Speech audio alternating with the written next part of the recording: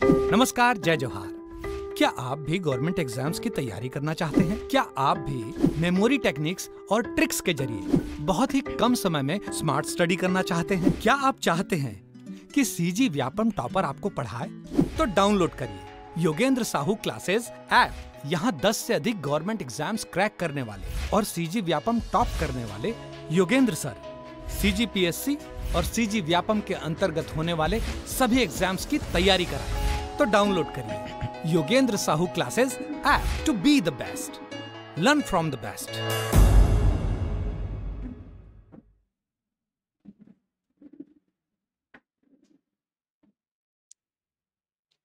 नमस्कार दोस्तों, मैं मनीष आप सभी का स्वागत करता हूं योगेंद्र साहू ऑनलाइन क्लासेस में। जैसा कि सीरीज चला रहे हैं हम लोग, आज उसका अगला टॉपिक देखेंगे। कौन सा? सातवाहन वंश का और मौर्य काल का। ठीक है, इसके बारे में अभी देखेंगे। तब्बू, ये वाला लाइट चालू नहीं है क्या? ठीक है, तो देखो, सातवाहन काल के बारे में और मौर्य काल के बारे में अगर हम लोग को पढ़ना है तो इसका पहले एक बेसिक समझो। और बेसिक में क्या बोल रहा हूं मैं, बेसिक में याद रखना हमेशा इसका 3 आधार याद रखना। क्या आधार? 3 आधार याद रखना। अब 3 आधार के हिसाब से आप इसको क्लासिफिकेशन करोगे तो ये क्या आपका थ्योरी वाला पार्ट आराम से क्लियर हो जाएगा। आप लोग समझने की कोशिश करना। देखो, थोड़ा इसका थ्योरी समझने की कोशिश करते हैं हम लोग। इसको किन आधार पे बाइफरगेट करोगे उसको देखेंगे हम लोग अभी थोड़ा। देखो, पहला सबसे 3 मुख्य आधार हैं।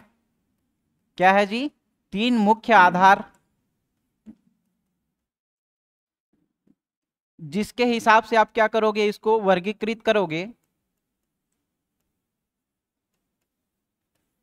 तो आपका एक फ्रेमिंग बन जाएगा। मेंस आंसर राइटिंग में भी आप ये यूज कर सकते हो, ऑब्जेक्टिव पैटर्न में तो और आसान हो जाएगा। देखना, 3 आधार बोल रहा हूं मैं, तो 3 आधार में पहले क्या देखोगे?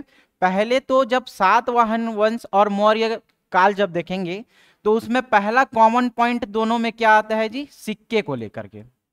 क्या को लेकर के? इसके सिक्के को लेकर के। ठीक है, दूसरा चीज फिर क्या याद रखोगे इसमें? शिलालेख क्या क्या प्राप्त हुए हैं। क्या याद रखोगे? शिलालेख कहां कहां से प्राप्त हुए हैं। देखना, दोनों का जब हम लोग थ्योरी पार्ट देखेंगे तो समझ में आएगा वहां। तीसरा चीज ये देखोगे यहां पे क्या क्या स्थापना हुआ है या स्थापत्य देखेंगे।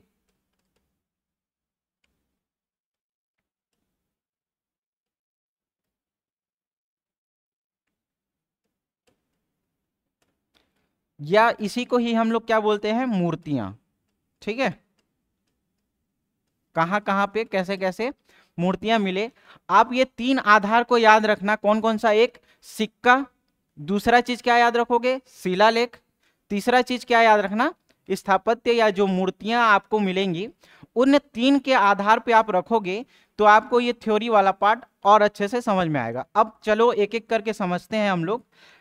क्या बात करेंगे? सिक्के को लेकर के। क्या बात करेंगे? सिक्के को लेकर के। ठीक है, तो एक आधार हम लोग कौन सा ले लेते हैं? मौर्य वाला ले लेंगे। और एक हम लोग क्या देखेंगे? सातवाहन। ठीक है, एक हम लोग क्या देखेंगे? मौर्य, और एक तरफ देख लेते हैं सातवाहन।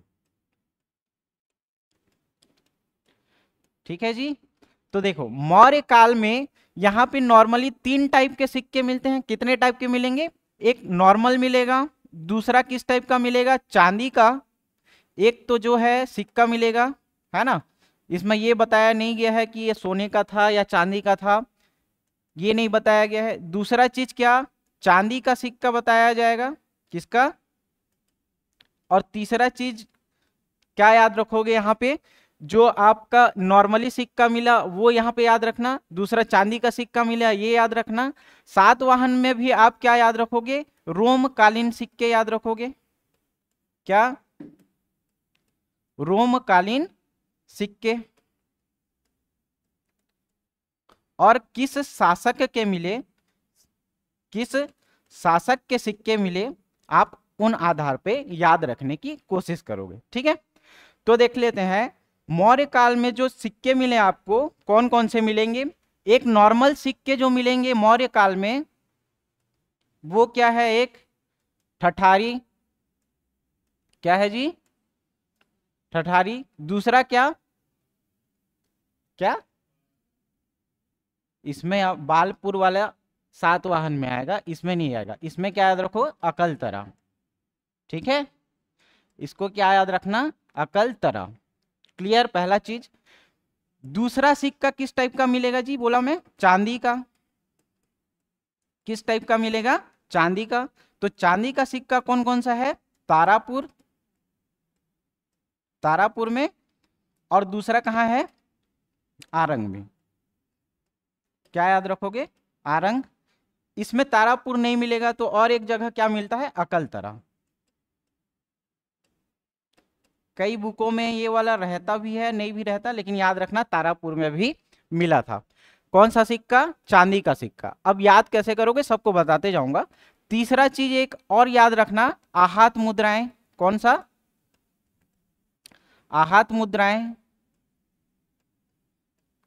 इसमें कौन सा याद रखोगे जी, उड़ेला, आरंग, और क्या, तारापुर। ठीक, अब ये सब याद होते जाएगा, टेंशन मत लो इसके बारे में।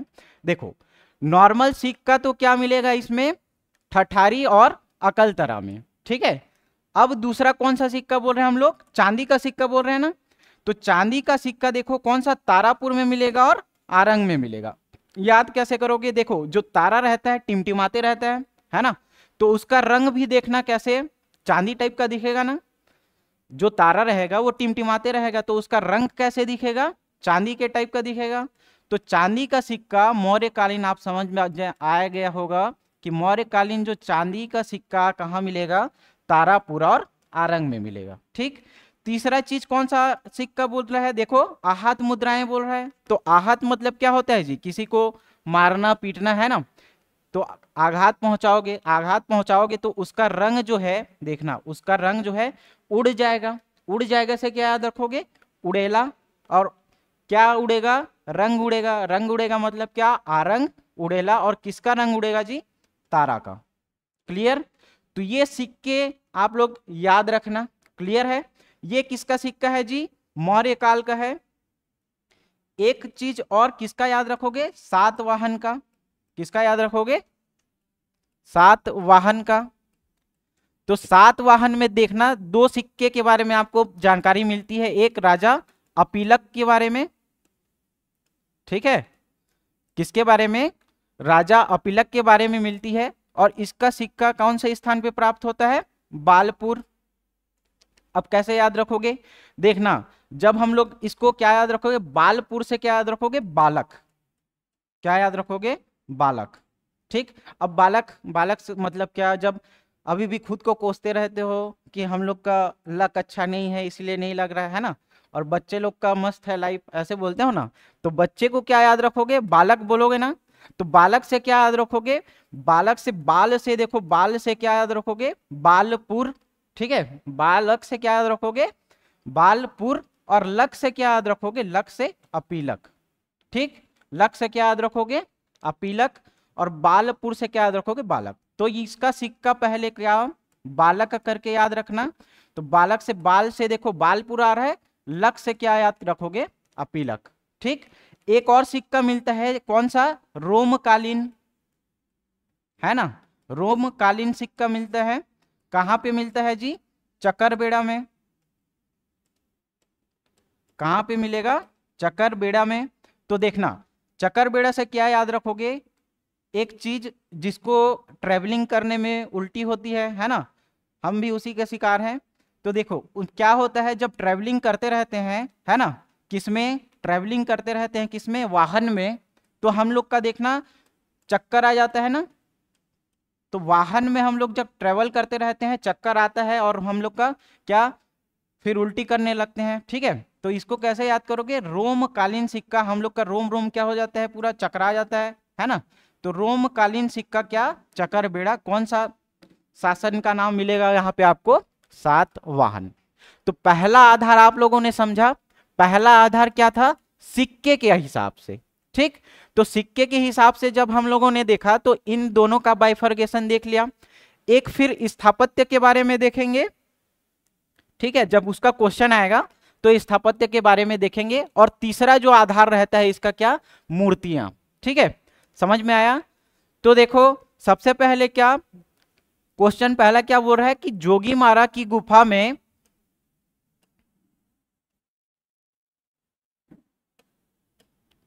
क्या बोल रहा है, जोगीमारा की गुफा में मिले शिलालेख की भाषा क्या थी। ठीक है, किसकी भाषा पूछ रहा है, जोगीमारा की गुफा में मिले शिलालेख की भाषा क्या थी। तो इसको हमेशा क्या याद रखोगे जी, पीबी करके याद रखना। पीबी मतलब देखना क्या, किसी भी भाषा बोल रहे हैं ना, तो कोई भी पुस्तक जैसे आप पढ़ते हो या कोई भी बुक पढ़ते हो तो उसका क्या रहता है, एक पब्लिकेशन रहता है ना, क्या रहता है उसका, पब्लिकेशन रहता है ना। तो ऐसे करके याद रखो, पब्लिकेशन से क्या याद रखोगे, पीबी। अब ये क्या है सर, पीबी, तो इसकी भाषा जो होगी वो क्या होगी, पाली होगी। इसकी भाषा क्या होगी, पाली। और लिपि पूछा जाए तो लिपि क्या हो जाएगा, लिपि इसका क्या हो जाएगा, ब्राह्मी। क्लियर, समझ में आया। ठीक, तो जोगीमारा की गुफा के बारे में कुछ भी पूछा तो आप क्या याद रखोगे, पीबी करके याद रखना। मतलब इसकी भाषा क्या थी, पाली थी, और लिपि क्या थी इसकी, ब्राह्मी। इसके बारे में एक फैक्ट और याद रखना कि इस जोगीमारा की गुफा में किसके जो साक्ष्य मिले हैं, देवदत्त और सूतनका के प्रेम गाथा का यहाँ पे क्या मिलता है, वर्णन मिलता है। और जोगीमारा की गुफा का स्थिति पूछा जाए या कहां पे स्थित है पूछा जाए तो कौन सी पहाड़ी है जी,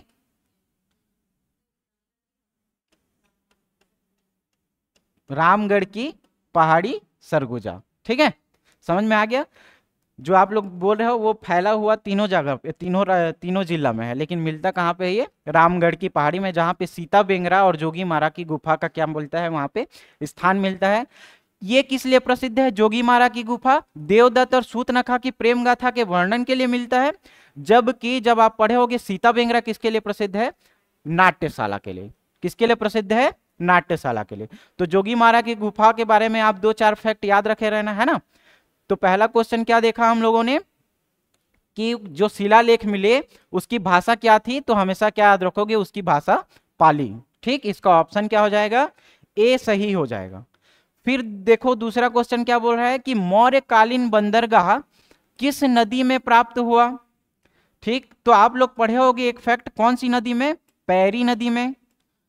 कहां पे जी, पैरी नदी में। और कौन सा जगह पूछा जाए तो सीकासार नामक जगह। कौन सा जगह, सीकासार नामक जगह पे प्राचीन कालीन जो बंदरगाह है वो प्राप्त हुआ। ठीक है, तो ऑप्शन में है क्या, पैरी नदी, कौन सा है, ऑप्शन नंबर सी। ठीक, इस क्वेश्चन का आंसर समझ में आया सबको। ठीक है जी, अब इसको कैसे याद रखोगे, बंदरगाह से कैसे याद रखोगे, बंदरगाह मौर्यकालीन कहाँ मिला, पैरी नदी पे मिला। तो याद कैसे करोगे, देखना बंदर लोग कैसे करते हैं, पैरों के बल खड़े होके नाचते हैं ना। ठीक है, किसके बल खड़े होके नाचते हैं, पैरों के बल। तो बंदरगाह से, बंदर किसमें, पैर से, पैर से क्या याद रखोगे, पैरी नदी। क्लियर, दूसरा चीज समझ में आया। देखो तीसरा फिर वही हम लोग पढ़े थे, क्या थ्योरी पार्ट में बताया था मैं कि राजा अपिलक की मुद्रा कहां पे मिलेगी। याद करो कैसे बताया था मैं, बालक का करके याद रखना। क्या याद रखना, बालक का करके। तो बाल से क्या याद रखोगे, बालपुर, और लक से क्या याद रखोगे, अपिलक। ठीक, तो राजा अपिलक की मुद्रा कहां प्राप्त हुई बोलेगा तो क्या याद रखोगे, बालपुर। ठीक, इसका आंसर क्या हो जाएगा, बालपुर।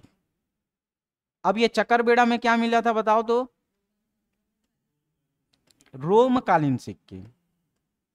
ठीक है, किसके सिक्के मिला, रोमकालीन सिक्का। ठीक, तो इसका आंसर क्या हो जाएगा, ए।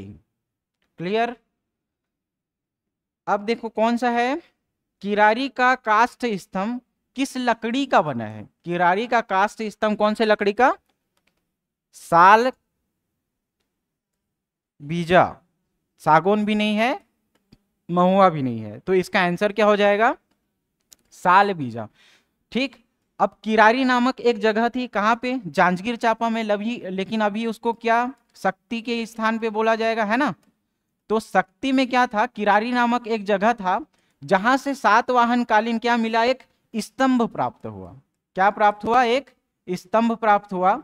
उस स्तंभ लेख में क्या क्या जानकारी मिलती है कि जो जो सातवाहन शासक है उनके शासकों का क्या मिलता है, पद नाम मिलता है या पद क्रम मिलता है। ठीक, अब इसकी खोज जो है 1921 में की गई। ठीक है, 1921 में की गई और वर्तमान स्थिति में इसको कहाँ रखा गया है, गुरु घासीदास संग्रहालय में रखा गया है। ये 4-5 चीजें आप लोग इसके बारे में फैक्ट याद रखना। ठीक है, तो और इसका एक और भी पूछा जाए, लेकिन पूछा भी नहीं जाएगा, 9 फीट के आसपास क्या है इसकी ऊंचाई है जी। ठीक है, किसके, 9 फीट 4 इंच के आसपास इसका क्या है, ऊंचाई है। लेकिन ये वाला फैक्ट पूछा नहीं जाएगा क्योंकि ये रेयर केस है अगर ये पूछा जाता है तो, लेकिन बाकी सारा चीज इसका याद रखना। ठीक है, तो कौन से लकड़ी का बना है ये, साल बीज का। ठीक, अब ये देखिए किरारी के कास्ट स्तंभ की खोज कब की गई थी, 1921, 1921 में की गई। ठीक है, अब इसका और नाम भी मिलता है, किसका, कास्ट स्तंभ का क्या मिलता है, उपनाम भी मिलता है। ये प्रीवियस ईयर में सीजीपीएससी में भी पूछा गया है। अब व्यापम में ट्रेंड है ये सिंगल लाइनर या वन लाइनर क्वेश्चन क्या होते हैं, अब फ्रेमिंग हो रहे हैं, तो पूछ सकता है कि कास्ट स्तंभ का उपनाम क्या है, बताओ रूपल, बताओ क्या है, यज्ञ स्तंभ। ठीक है, क्या है, यज्ञ स्तंभ। तो ये वाला फैक्ट डायरेक्ट आप लोग याद रखना जी। अब याद कैसे करोगे, देखो कास्ट स्तंभ बोल रहे हैं ना, तो कास्ट मतलब क्या, लकड़ी, लकड़ी ही बोलोगे, इससे बना हुआ वस्तु है ना। तो वो क्या करते हैं, देखना यज्ञ हम लोग करते हैं ना, तो उसमें क्या लकड़ी की आहुति दी जाती है ना, तेल की आहुति दी जाती है, जल की आहुति दी जाती है। तो इसको कैसे याद रखोगे, यज्ञ से लकड़ी या काष्ठ याद रखना, यज्ञ से क्या याद रखोगे, लकड़ी या काष्ठ करके। ठीक, तो काष्ठ स्तंभ का उपनाम क्या हो जाएगा, यज्ञ स्तंभ। ठीक है, अब देखो क्या, रामगढ़ की पहाड़ी में मेले कब लगते हैं, रामगढ़ की पहाड़ी में मेले कब लगते हैं, आप ये टिक मत मार देना जी, देखना। ठीक है, चैत्र करके मत मार देना, ये गलत है ना। कौन सा है इसका सही आंसर, क्या, आषाढ़ के प्रथम दिवस को लगता है। ठीक है, रामगढ़ की पहाड़ी है मतलब यहाँ पे रामनवमी नहीं मनाया जाएगा, रामनवमी करके आप लोग क्या मारोगे, चैत्र मारोगे, है ना। तो इसका आंसर ये नहीं हो जाएगा। रामगढ़ की पहाड़ी में क्या याद रखोगे, आषाढ़ के प्रथम दिवस में क्या आयोजित किया जाता है, मेला का आयोजन किया जाता है। ठीक है, अब 8वां क्वेश्चन क्या बोल रहा है, सातवाहन नरेश अपिलक की मुद्रा शक्ति जिले में किस स्थान पर प्राप्त हुई है, कौन से जिले में पूछ रहा है, शक्ति जिले में किस स्थान पे प्राप्त हुई है। लैलूंगा ये कहाँ पे है जी, रायगढ़ वाले इलाके में है, तो ये वाला तो नहीं होगा। तमनार भी वही है ना। पुसौर सरिया भी रायगढ़ जिले के आसपास है, तो इसमें क्या हो जाएगा, बालपुर। ठीक है, और इसको हम लोग वो भी रिलेट करके किए थे, बालक करके। ठीक है, क्या करके रिलेट किए थे, बालक करके रिलेट किए थे। तो आप एलिमिनेशन मेथड का भी यूज करके इसका आंसर निकाल सकते हो, या आपको डायरेक्ट याद है तो आप उस तरीके से भी निकाल सकते हो। ठीक, अब देखो क्या बोल रहा है कि छत्तीसगढ़ के प्राचीन ऋषभ तीर्थ में प्राप्त शिलालेख किस शासक का है। ठीक है, किसके बारे में पूछ रहा है, ऋषभ तीर्थ के बारे में पूछ रहा है। ठीक, ऋषभ तीर्थ मतलब सीधा सीधा हम लोग को क्या, किरारी का काष्ठ स्तंभ याद आना चाहिए। किसका स्तंभ याद आना चाहिए, किरारी का काष्ठ स्तंभ। और उसमें ही किसकी जानकारी मिलती है, वरदत्त श्री के बारे में जानकारी मिलती है ना। क्या बोला गया है, वरदत्त श्री की जानकारी में क्या बोला गया है कि ये 1000 गाय क्या करता था, अपनी आयु बढ़ाने के लिए दान में दिया था। ठीक है, 1000 गाय दान में दिया था, किस लिए, आयु बढ़ाने के लिए। तो इसको याद कैसे करोगे, देखना, वरदत्त मतलब वर दे रहे हैं ना, वरदत्त मतलब वर दो बोल रहे हैं, क्या वर दो, आयु बढ़ाने के लिए, अमर रहने के लिए वर दो। तो कोई भी आके क्या बोलता है, आयु बढ़ाना है तो 1000 गाय जो है आप दान दे दो, है ना। या 1000 हाथी दान दे दो, तब तो उसका पूरा साम्राज्य बिक गया होता है ना। तो इसीलिए इसको याद कैसे करोगे, वर दत्त से वर दो, वर कैसा, 1000 गाय दान में दो, फिर तुम्हारी क्या होगी, आयु बढ़ेगी। तो इसके बारे में जानकारी कहाँ से मिलती है हम लोग को, कुमार वरदत्त श्री के बारे में जानकारी मिलती है। महाशिवगुप्त बालार्जुन तो नहीं होगा, है ना, क्लियर कट दिख रहा है। तीवर देव भी नहीं हो सकता, ठीक। तो आपको क्या ऑप्शन दिख रहा है, सिर्फ एक ही, कौन सा, कुमार वरदत्त श्री की जानकारी मिलती है, ठीक है जी। अब किरारी के यज्ञ स्तंभ में उल्लिखित जो पदाधिकारी हैं, कौन सा, कुलपुत्रक, कुलपुत्रक कौन था, बताओ क्या था, अभियंता या मुख्य मिस्त्री। अब कुलपुत्रक इसका मतलब ये नहीं मान लेना है क्या, कुल का पुत्र, ठीक है, ये नहीं मानना है। तो कुलपुत्रक किसको बोला जाएगा, मुख्य मिस्त्री या अभियंता को। वहां पे कोई एक इंजीनियर रहेगा, उसको क्या बोलेंगे, उसका बेटा जो है वो नालायक रहता है, तो एक इंजीनियर रहता है उसके शासक में, तो उसको क्या बोलता है, तू कुल का पुत्र है ना। तो जो इंजीनियर रहेगा उसको क्या माना जाएगा, यहाँ पे कुल का पुत्र। याद करवाने के हिसाब से बोल रहा हूं ना, ऐसा कोई कॉन्सेप्ट नहीं है, ठीक है। तो यहाँ पे कुल पुत्र किसको कहा जा रहा है जी, अभियंता या मुख्य मिस्त्री को कहा जा रहा है। छत्तीसगढ़ के मल्हार में निम्नलिखित में से किस सातवाहन शासक के सिक्के प्राप्त नहीं हुए हैं, बोल रहे हैं, ठीक है। तो किसके किसके प्राप्त हुए हैं ये जान लो। तो एक तो वेदश्री के बारे में जानकारी मिलती है ना, किसके बारे में, अपीलक के बारे में भी जानकारी मिलती है।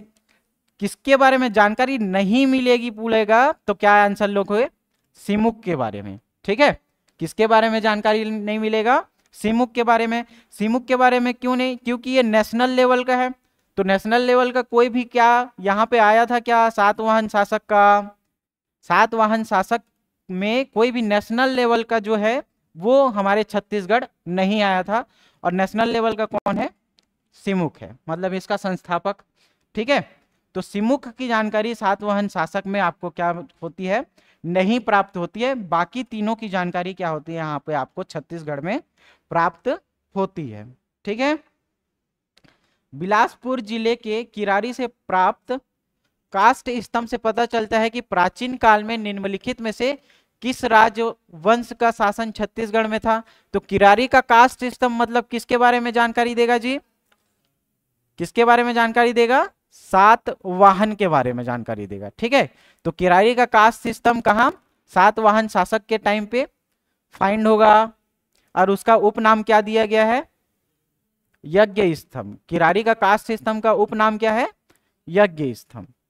सातवाहन काल में रोम के सोने के सिक्के बिलासपुर जिले के, देखो तो कौन सा, रोम का सिक्का बोल रहा है ना, आगे पढ़ने की जरूरत नहीं है आपको, रोम का सिक्का बोल रहे हैं ना। तो रोम रोम से क्या आ गया था आपको, चक्कर आ गया था, रोम रोम से क्या आ गया था, चक्कर आ गया था, चक्कर बेड़ा। और शासक कौन से शासन काल के बारे में पूछा जाए तो वाहन से आपको आया था चक्कर, ठीक, किससे, वाहन से। तो वाहन से क्या याद रखे थे, सातवाहन, वाहन से क्या याद रखे थे, सातवाहन काल शासक, ठीक है। इसमें एक जगह मिलते ही कहाँ पे, चकरबेड़ा, वहां पे आपको किसके बारे में जानकारी मिलेगी, रोमकालीन सोने के सिक्के, ठीक, याद हुआ। अब देखो 14वां क्वेश्चन क्या बोल रहा है कि सातवाहन वंश के पदाधिकारियों का पदनाम बताया था मैं, कहां से मिलेगा, किरारी के काष्ठ स्तंभ से। उसके काष्ठ स्तंभ से क्या मिलता है, पद नाम मिलता है कि यहाँ पे ये शासक आए थे, ठीक है। तो सातवाहन कालीन शासक के बारे में जानकारी या उसके पद नाम के बारे में जानकारी कहाँ से मिलती है, किरारी के काष्ठ स्तंभ से मिलती है, ठीक। तो इसका आंसर क्या हो जाएगा, डी। अब देखो उसको क्या बोला जाए, दमऊ दरहा नाला चट्टान लेख में लिखा है कि राजकुमार वरदत्त ने क्या किया था, 1000 गायें दान में दी थी। यह स्थान किस स्थान के नाम से जाना जाता है, तो बताओ कहाँ पे, गुंजी दमाऊ दरहा बोलते हैं ना, गुंजी दमाऊ दरहा शक्ति। और यहाँ पे ही हम लोग क्या देखे थे, काष्ठ स्तंभ में जो वरदत्त है वो क्या करता था, अपनी आयु में वृद्धि करने के लिए, किसमें, आयु में वृद्धि करने के लिए क्या देता था, 1000 गायों को क्या करता था, ये दान में दिया था, ताकि इसकी आयु में क्या हो सके, बढ़ोतरी हो सके या वृद्धि हो सके। ठीक, तो क्रक्स क्या निकला, देखो इस टॉपिक को जब आप पढ़ोगे तो उसका 3 आधार जो मैं बताया हूं, कौन कौन सा, सिक्का का, शिलालेख का, ठीक, और जो मूर्ति या स्थापत्य कला मिलेगी उसका आप जानकारी ले सकते हो। एक स्थापना के संबंध में आप मौर्य काल का याद रखना, हम लोग सब देखें यहाँ पे एक चीज क्या याद रखना,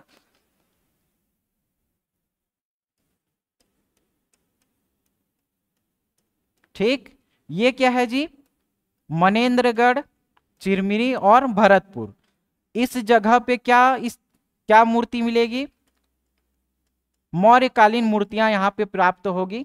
ठीक, जो किसके समय में था, अशोक के टाइम में था, किसके टाइम में था, अशोक के टाइम में था। ये क्या मौर्य काल का आप लोग याद रखना।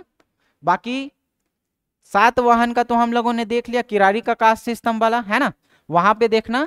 ये एक्स्ट्रा फैक्ट आप लोग याद रखना, कहाँ पे, जो मनेन्द्रगढ़, चिरमिरी और भरतपुर है, वहां के एक जगह का नाम है क्या, कोटाडोल, जहां पे क्या अशोक कालीन मूर्तियां प्राप्त हुई है।